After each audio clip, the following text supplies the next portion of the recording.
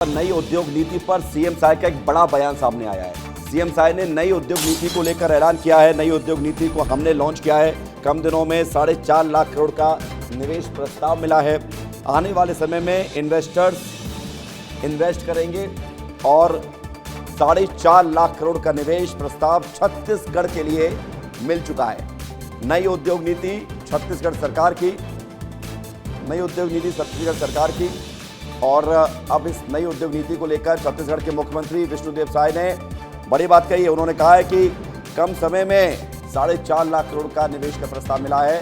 रोहित हमारे साथ जुड़ रहे हैं जरा जानकारी के लिए। रोहित, जरा बताइए, बयान महत्वपूर्ण है, नई उद्योग नीति का असर दिख रहा है, छत्तीसगढ़ में निवेश की बहार नजर आ रही है, यानी कि बदलता हुआ छत्तीसगढ़ बढ़ता हुआ नजर आ रहा है।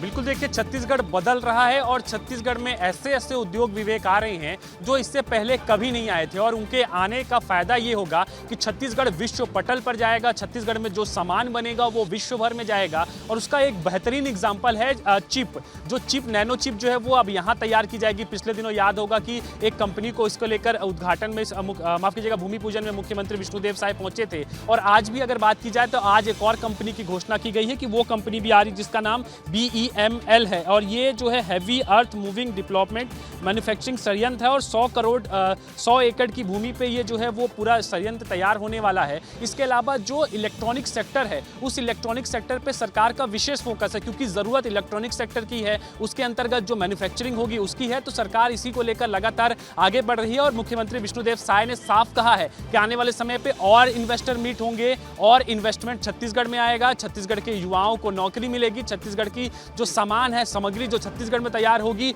वो देश में जाएगी, विदेशों में जाएगी और छत्तीसगढ़ एक विकसित राज्य बन पाएगा। क्योंकि संकल्प यही है कि 2047 तक छत्तीसगढ़ को विकसित बना लेना है। और उसी के क्रम पे लगातार इन्वेस्टमेंट 2047 तक छत्तीसगढ़ को देश के साथ जोड़ते हुए विकसित बनाना है। देश विकसित बनेगा, छत्तीसगढ़ विकसित बनेगा, उसको लेकर जरूरी है कि निवेश आए। बहुत शुक्रिया आपका हमारे साथ जुड़ने के लिए, रोहित, जानकारी के लिए।